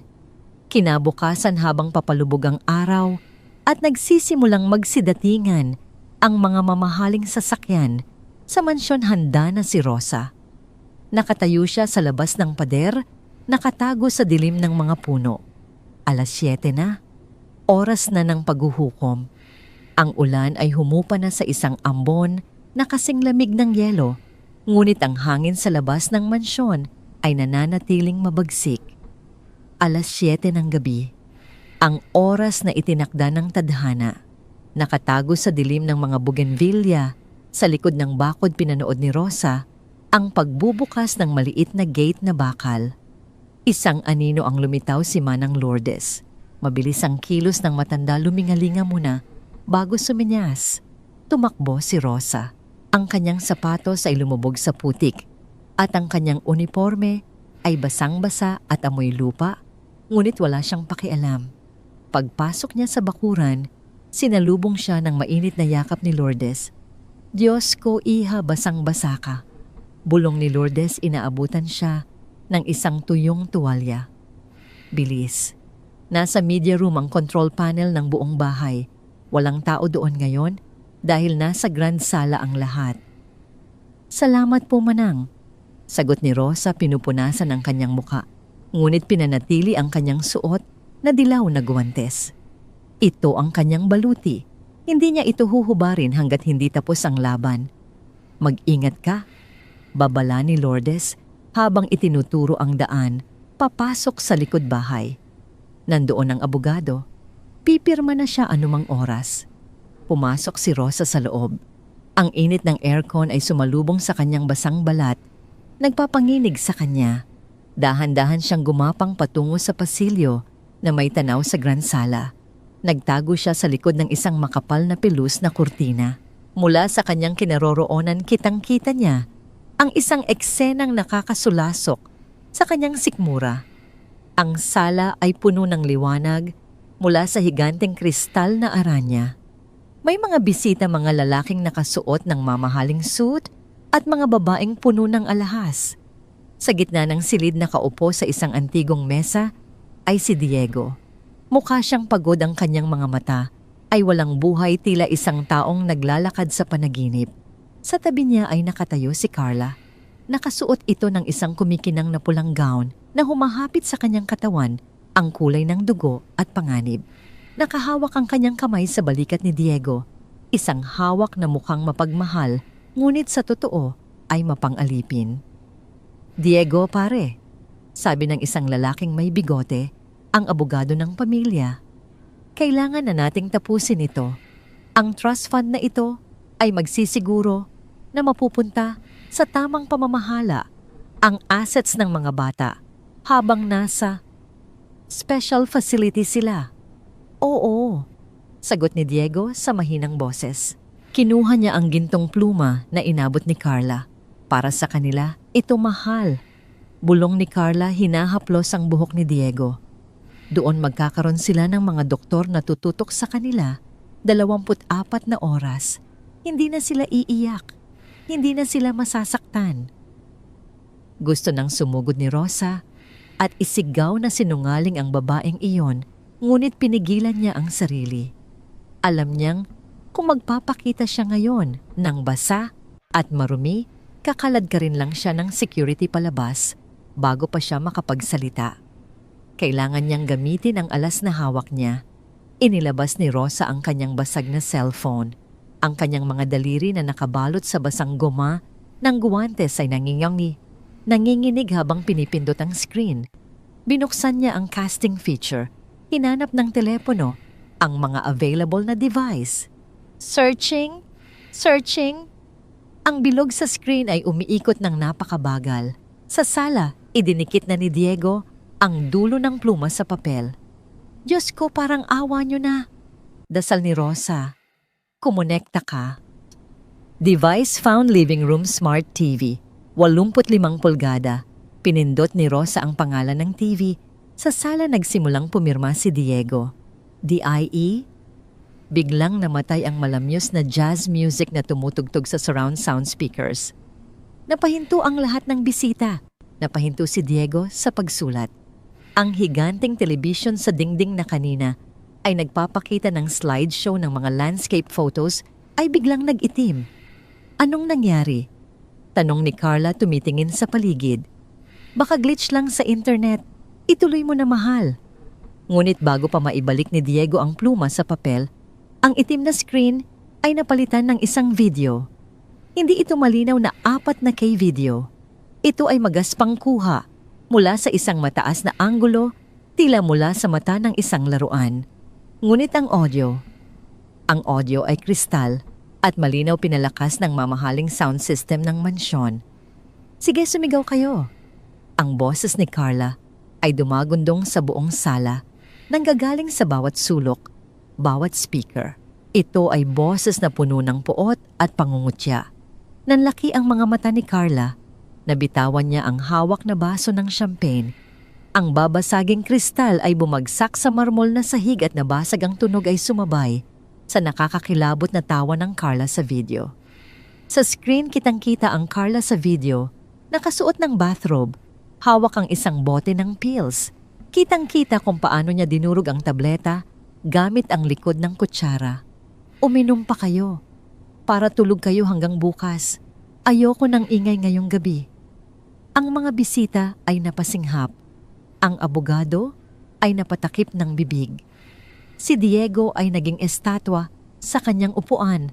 Ang pluma ay dahan-dahang dumulas mula sa kanyang mga daliri. Sa video, lumapit ang Carla sa kuna ni Leo. Ang anggulo ng kamera ay perpektong nakatutok. Kitang-kita ng lahat ng mga kasosyo ng mga abogado at higit sa lahat ni Diego kung paano sinakal ng Carla sa video ang panga ng sanggol upang piliting ibuka ang bibig nito. Lulunin mo yan o sasakalin kita. Banta ng Carla sa screen. Ang panonood ay parang isang bangungot na naging totoo. Ang yak ni Leo sa video ay matinis at puno ng sakit. Ang tunog ng pag-ubo at pagkabulunan ng bata ay pinalakas ng subwoofer na para bang ang sanggol ay nasa gitna mismo ng sala, humihingi ng tulong sa kanyang ama. Hindi, bulong ni Diego. Tumayo siya, ang kanyang upuan ay tumumba sa likod dahil sa biglaang paggalaw. Ang video ay nagpatuloy. Ipinakita nito si Carla na nakaharap sa salamin, kinakausap ang kanyang sarili o marahil ay ang teddy bear na hindi niya alam na may camera. Ang tangang si Diego, bilib na bilib sa akin. Bukas, pipirma na siya. Sasabihin ko kay Diego na specialized facility ito para sa mga batang may trauma. Maniniwala yon. Masyado siyang guilty para magtanong. Ang huling mga salita ay umalingaw-ngaw sa katahimikan ng silid habang ang video ay natapos at ang screen ay bumalik sa itim. Walang gumalaw, walang nagsalita. Ang tanging naririnig ay ang mabigat na paghinga ni Diego at ang tunog ng ulan sa labas. Dahan-dahang lumingon si Diego kay Carla. Ang tingin niya ay hindi galit. Ito ay isang bagay na mas malalim at mas nakakatakot. Ito ay ang pagkamulat ng isang taong nalaman na siya ay natutulog katabi ng isang ahas. Diego? Nagsimulang umatras si Carla. Ang kanyang muka ay namumutla, ang kanyang pulang gown ay tila naging simbolo ng kanyang kasalanan. Diego, hindi totoo yan. Deepfake yan. Yan, alam mo naman ang teknolohiya ngayon.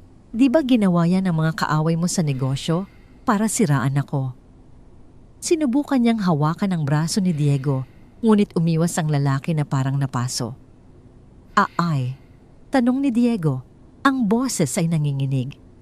Paanong malalaman ng ang tungkol sa specialized facility? Tayong dalawa lang ang nag-usap tungkol doon kagabi sa kwarto. Hindi ko alam. Baka may bug sa kwarto. Palusot ni Carla, desperada na. Diego, mahal kita. Hindi ko magagawa yon. Hindi yan, Ang boses ay nanggaling sa likod ng kurtina. Lumabas si Rosa. Ang kanyang uniforme ay gusot at puno ng putik. Ang kanyang buhok ay basang-basa at nakadikit sa kanyang muka. Ngunit habang naglalakad siya papunta sa gitna ng marangyang sala, suot ang kanyang maruruming dilaw na guwantes, mukha siyang mas marangal kaysa sino man sa silid na yon. Napatingin ang lahat sa kanya. Ako ang kumuha niyan, sabi ni Rosa ng matatag na katingin ng diretso sa mga mata ni Carla. Itinago ko ang cellphone sa loob ng teddy bear bago mo ito sinira. Akala mo na wala na ang ebidensya ng durugin mo ang isa ko pang telepono. Pero ang katotohanan ay parang tubig, Carla. Kahit anong pigil mo, lalabas at lalabas ito. Itinaas ni Rosa ang kanyang telepono. Napanood mo na, Senyor Diego? Nakita niyo na kung paano niya sinakal si Leo. Narinig niyo kung paano niya kayo tinawag na tanga. Tumingin si Diego kay Rosa. Pagkatapos ay kay Carla. Ang mga piraso ng puzzle ay nabuo sa kanyang isip. Ang biglaang pag-iyak ng mga bata kapag nandyan si Carla, ang pagbabago ng ugali nila, ang mga pasa, ang pagpapalayas kay Rosa. Lahat ng ito ay kagagawan niya. Siya ang naging instrumento ng pagpapahirap sa sarili niyang mga anak. Isang ungol ng purong galit ang kumawala sa lalamunan ni Diego. Hindi ito tunog ng tao. Ito ay tunog ng isang hayop na nasugatan. Ikaw. Humakbang si Diego palapit kay Carla. Wag tili ni Carla nagtatago sa likod ng abogado. Attorney, tulungan niyo ako. Sinasaktan niya ako. Ngunit lumayo ang abogado diring-diri. Walang sino man sa silid ang gustong tumulong sa kanya. Lumabas kayo. Utos ni Diego sa mga bisita, ang kanyang boses ay mababa at mapanganib. Lumabas kayong lahat. Iwan niyo kami ng demonyong ito. Nagmadaling umalis ang mga bisita, natatakot sa kung anong pwedeng mangyari. Naiwan si Diego, si Carla, si Rosa, at ang katotohanang sumabog sa gitna nila. Diego, pakinggan mo ako. Pagmamakaawa ni Carla lumuluhod sa sahig, hindi alintana ang mga bubog. Ginawa ko lang yon para sa atin, para magkaroon tayo ng oras. Mahal kita. Mahal. Tumawa si Diego nang mapakla ang luha ay dumadaloy sa kanyang pisngi. Puntahan mo ang mga anak ko. Tingnan mo kung anong ginawa ng pagmamahal mo sa kanila. Kinuha ni Diego ang pluma na gagamitin sana niya sa pagpirma. Sa isang mabilis na galaw, binali niya ito sa dalawa. Ang tinta ay tumalsik sa mukha ni Carla at sa kanyang pulang gown, nagmumukhang itim na dugo. Wala kang makukuha, sabi ni Diego. Kahit isang sentimo, at sisiguraduhin kong ang huling bagay na makikita mo bago ka mabulok sa kulungan ay ang mukha ko na nagsasabing nagtagumpay ka. Nagtagumpay kang sirain ang buhay mo. Napahagulgol si Carla na pagtatanto na tapos na ang laro. Wala na ang maskara, wala na ang trust fund, wala na ang lahat. Tumingin si Diego kay Rosa. Sa unang pagkakataon, nakita niya ito hindi bilang katulong, kundi bilang tagapagligtas. Rosa? Ngunit bago pa makasagot si Rosa, biglang tumayo si Carla. Ang kanyang mukha ay nagbago. Wala na ang takot, wala na ang pagmamakaawa. Ang natira na lang ay ang purong kabaliwan. Dumampot siya ng isang malaking piraso ng basag na baso mula sa sahig. Kung hindi mapapa sa akin ang lahat, sigaw ni Carla sumusugod kay Rosa. Wala ring makikinabang. Ang kislap ng basag na bubog sa kamay ni Carla ay tila kidlat sa ilalim ng marangyang aranya ng sala. Sa isang iglap, ang sopistikadong boses ng senyora ay napalitan ng isang matinis at parang hayop na tili. Sumugod siya kay Rosa, ang dulo ng matalim na kristal ay nakatutok sa mukha ng katulong. Ikaw ang sumira sa lahat, tili ni Carla. Ngunit hindi na si Rosa ang takot na yaya na nakita ni Diego noong mga nakaraang araw. Handa na siya. Itinaas ni Rosa ang kanyang mga braso upang sanggain ang saksak. Ang matalim na bubog ay bumaon sa makapal na goma ng kanyang dilaw na guwantes hiwa hanggang sa balat, ngunit hindi nito natamaan ang kanyang mukha. Bago pa muling makaamba si Carla, isang malakas na kamay ang humablot sa kanyang pulso. Si Diego. Ang lakas ni Diego ay hinaluan ng purong puot. Inipit niya ang pulso ni Carla hanggang sa mabitawan nito ang bubog na lumikha ng isang matinis na tunog nang tumama sa marmol. Sa isang marahas na tulak, pinalayo ni Diego si Carla. Tumama ang likod ng babae sa matigas na gilid ng antigong mesa, dahilan upang mapaupo ito sa sahig sa gitna ng mga basag na kristal. Huwag mong susubukang hawakan siya. Ang boses ni Diego ay galing sa kailaliman ng kanyang lalamunan, mababa, ngunit yayanig sa buong pundasyon ng bahay. Huwag mong susubukang dambalin ang babaeng nagligtas sa mga anak ko mula sa kamay ng isang katulad mo. Napaupo si Carla sa gitna ng mga basag na kristal. Ang kanyang marangyang gown ay may mantsana ng tinta at dumi. Ang kanyang mukha ay hindi na makikilala, ang maskara ng kagandahan ay tuluyang natunaw, nagiiwan ng isang anyo na puno ng pait at kabaliwan. "Diego, pakinggan mo ako." Sigaw ni Carla pilit, na gumagapang palapit kahit na ang mga bubog ay bumabaon sa kanyang mga tuhod. "Ginawa ko lang yon dahil kailangan natin ng katahimikan para maging maayos ang pagsasama nating dalawa. Ang mga batang yan, palagi silang nakaharang. Palagi nilang kinukuha ang atensyon mo." Isang malakas na sampal ang tumigil sa kanyang mga salita. Hindi si Diego ang sumampal sa kanya, kundi ang sarili niyang konsensya na ipinamukha ni Diego sa kanya sa pamamagitan ng isang tingin na puno ng diring-diri. "Ang mga batang sinasabi mong nakaharang ay ang aking buhay," sabi ni Diego. Ang boses ay nanginginig sa matinding emosyon. "At ang katahimikang gusto mo ay katahimikan ng libingan para sa kanila." Sa sandaling iyon, ang asul at pulang ilaw ng mga sasakyan ng pulis ay nagsimulang sumilip sa malalaking bintana ng mansyon, nagbibigay ng isang nakakatakot na kulay sa paligid. Ang matinis na tunog ng sirena ay tumigil sa labas at ilang sandali pa ay narinig ang malalakas na yabag ng mga bota sa marmol na sahig ng pasilyo. Pumasok ang mga opisyal ng pulis, kasunod si Manang Lourdes na may luha sa mga mata. Itinuro ni Lourdes ang video na tumitigil pa rin sa higanting screen.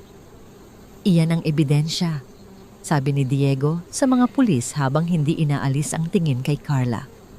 "At ang babaeng iyan, dinala niya ang lason sa loob ng aking tahanan." Agad na nilapitan ng mga pulis si Carla.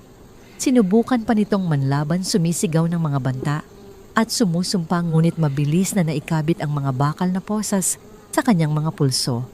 Ang tunog ng pag-click ng posas ay tila hudyat ng pagtatapos ng isang mahabang bangungot. Habang kinakaladkad si Carla palabas, lumingon siya kay Rosa nang may huling hirit ng puot. "Hindi pa ito tapos, katulong. Mabubulok ka rin sa hirap." Hindi sumagot si Rosa. Nanatili siyang nakatayo, bagamat ang kanyang mga tuhod ay nanginginig na sa tindi ng adrenaline at pagod. Nang tuluyang mawala ang anino ni Carla sa pinto, ang sala ay nabalot ng isang mabigat na katahimikan. Dahan-dahang humarap si Diego kay Rosa. Ang matikas na lalaki, ang bilyonaryong walang kinatatakutan, ay tila naging isang maliit na bata sa harap ng kanyang katulong. Nakita ni Diego ang hiwa sa braso ni Rosa, ang dumi sa kanyang uniforme, at ang sugat sa kanyang puso na siya mismo ang may gawa. Sa gitna ng wasak na sala, sa harap ni Manang Lourdes at ng mga natitirang tauhan ng bahay, ginawa ni Diego ang isang bagay na hindi inakala ng sinuman. Lumuhod siya. Bumagsak ang mga tuhod ni Diego sa marmol sa tabi ng mga basag na kristal. Yumuko siya, ang kanyang noo ay halos sumayad sa maruming sapatos ni Rosa. "Rosa, patawarin mo ako," hikbi ni Diego. Ang kanyang mga balikat ay niyayanig ng matinding pagsisisi. "Naging bulag ako. Naging bingi ako sa katotohanan. Ipinagtabuyan kita. Sinaktan kita habang ikaw lang ang tanging nagmamahal sa mga anak ko. Patawarin mo ako." Nagulat si Rosa. Akmang itatayo niya ang kanyang amo, ngunit pinigilan niya ang sarili. Hinayaan niyang maramdaman ni Diego ang bigat ng sarili nitong pagkakamali. Ang dilaw na gwantes ni Rosa, na ngayon ay may bahid ng dugo at dumi, ay dahan-dahang humaplos sa balikat ni Diego. "Tumayo na kayo, senyor," bulong ni Rosa. Ang boses ay malumanay, ngunit may tatag.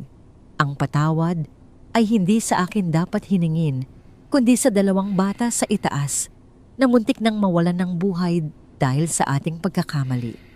Ako ay narito lamang para sa kanila." Tumayo si Diego. Ang kanyang mukha ay basa ng luha. "Hindi ka naaalis, Rosa. Hindi bilang katulong. Ikaw ang magiging tagapangalaga nila. Ikaw ang pamilya namin. Pangako, hinding-hindi na muling mangyayari ito." Mabilis na tumakbo si Diego paakyat ng hagdan, kasunod si Rosa at Manang Lourdes. Pagpasok nila sa silid ng mga bata, sinalubong sila ng katahimikan. Ngunit sa pagkakataong ito, hindi ito ang nakakatakot na katahimikan ng gamot. Sina Leo at Mia ay gising. Nang makita nila si Rosa, ang kanilang maliliit na mukha ay nagliwanag. Inabot nila ang kanilang mga kamay, hindi sa kanilang ama, kundi sa babaeng may suot na dilaw na guwantes. Niyakap ni Rosa ang mga bata. At sa unang pagkakataon, sa loob ng mahabang panahon, naramdaman niya ang tunay na init ng buhay. Ang laban ay tapos na, ngunit ang paghihilom ay nagsisimula pa lamang. Ang gabi ay malalim na, ngunit ang liwanag ng katotohanan ay tuluyan ng nagtagumpay. 6 na buwan ang mabilis na lumipas. Ang mansyon sa Tagaytay na dati ay tila isang malamig at sterile na museo ng dusa ay nababalot na ngayon ng isang bagong uri ng enerhiya. Ang sikat ng araw ay malayang nakakapasok sa malalaking bintana at ang amoy ng luma at mamahaling pabango ni Carla ay tuluyan ng napalitan ng halimuyak ng sariwang bulaklak at amoy ng bagong lulutong pagkain ni Manang Lourdes. Sa loob ng kanyang pribadong opisina, nakaupo si Diego habang nakatitig sa isang huling dokumento. Hindi ito tungkol sa negosyo. Ito ay ang pinal na ulat mula sa korte. Si Carla Valdez ay hinatulan ng 25 taon na pagkakakulong ng walang pagkakataon para sa parol. Ang kanyang mga kaso mula sa pagpapakain ng lason sa mga sanggol, tangkang pagnanakaw hanggang sa pananakit sa kapwa ay naging mitya ng kanyang tuluyang pagbagsak. Kahit ang kanyang amang abogado ay tinalikuran siya dahil sa tindi ng kahihiyang idinulot niya sa kanilang pangalan. Binitawan ni Diego ang papel at huminga ng malalim. Ang bigat sa kanyang dibdib na tila isang malaking bato noong nakaraang mga buwan ay unti-unti nang naglalaho. Tumayo siya at naglakad patungo sa silid ng mga bata. Bago pa man siya makapasok, narinig na niya ang tunog na mas masarap pa sa anumang kanta sa mundo, ang malakas at malusog na halakhak ng 2 bata. Dahan-dahan niyang itinulak ang pinto. Ang silid ay puno ng mga kulay. Ang dating kulay abong pader na pinili ni Carla ay napalitan na ng mainit na kulay beige at mga guhit ng mga ulap. Sa gitna ng malambot na alpombra, nakaupo si Rosa.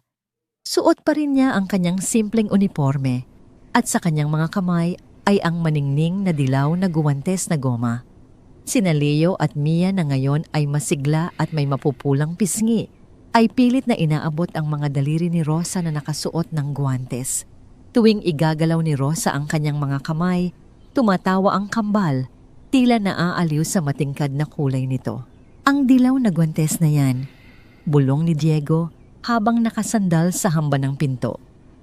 Iyan ang naging liwanag nila sa dilim. Napalingon si Rosa at agad na tumayo ng may ngiti. Senyor Diego, kanina pa po kayo dyan. Kakatapos lang po nilang kumain ng lugaw. Napakabuti na po ng kanilang gana. Lumapit si Diego at naupo sa tabi nila sa sahig. Hinawakan niya ang maliit na kamay ni Mia. Wala na ang panginginig, wala na ang pamumutla. Ang mga mata ng mga bata ay malinaw at puno ng buhay. Rosa. Sabi ni Diego, ang boses ay puno ng katapatan. Mayroon akong inihandang papeles sa opisina. Hindi ito kontrata para sa trabaho. Ito ay isang trust fund para sa'yo at isang dokumento na nagtatalaga sa'yo bilang legal na tagapangalaga ni Leo at Mia kasama ko. Kung may mangyari man sa akin, ikaw ang magiging ina nila sa mata ng batas. Natigilan si Rosa. Senyor, hindi ko po kailangan ng pera o ng titulo. Masaya na po ako na nakikita silang lumalaki ng maayos. Alam ko, sagot ni Diego, hinawakan ang kamay ni Rosa na nakasuot pa rin ng guwantes. Iyan ang dahilan kung bakit ikaw ang karapat-dapat. Noong panahong wala akong makita dahil sa yaman at ganda, ikaw ang nakakita sa tunay na halaga ng mga anak ko. Ang ginto sa bahay na ito ay hindi ang mga alahas na sinubukang itakas ni Carla. Ang ginto ay ang puso mo at ang mga guwantes na ito na nagligtas sa kanila. Tumulo ang luha sa mga mata ni Rosa, ngunit ito ay luha ng kaligayahan. Isinandal ni Leo at Mia ang kanilang mga ulo sa balikat ni Rosa, tila kinukumpirma ang sinabi ng kanilang ama. Sa labas ang hapon ay nagtatapos sa isang napakagandang paglubog ng araw sa Tagaytay. Ang langit ay kulay kahel at lila, tila isang painting na nagbibigay ng basbas sa isang pamilyang nabuo, hindi sa dugo, kundi sa sakripisyo at wagas na pagmamahal. Habang lumalalim ang gabi, ang mansyon ay binalot ng isang katahimikan, ngunit hindi na ito ang nakakatakot na katahimikan ng dati. Ito ay ang katahimikan ng kapayapaan. Sa silid ng mga bata, nakatulog na ang kambal habang nakahawak sa mga daliri ni Rosa. Lumapit si Diego sa bintana at tumingin sa malayo. Alam niyang hindi magiging madali ang lahat at ang mga sugat ng nakaraan ay maaaring mag-iwan ng peklat. Ngunit habang nasa tabi niya ang babaeng may dilaw na guwantes, alam niyang ligtas ang kanyang mga anak. Ang kwento ni Diego Rosa at ng kambal ay isang paalala na ang tunay na demonyo ay madalas na nagtatago sa ilalim ng magagandang mukha at matatamis na salita. Ngunit ang tunay na anghel ay matatagpuan sa pinakapayak na anyo, suot ang asul na uniforme, may gasgas na mga palad at may dalang pag-ibig na walang hinihintay na kapalit. Sa huling pagkakataon ng gabing iyon, tiningnan ni Diego ang kanyang mga anak na mahimbing na natutulog. Ngumiti siya, huminga ng malalim at sa wakas, dinalaw na rin siya ng antok na walang halong takot. Ang bagyo ay lumipas na. Ang bukas ay puno na ng liwanag.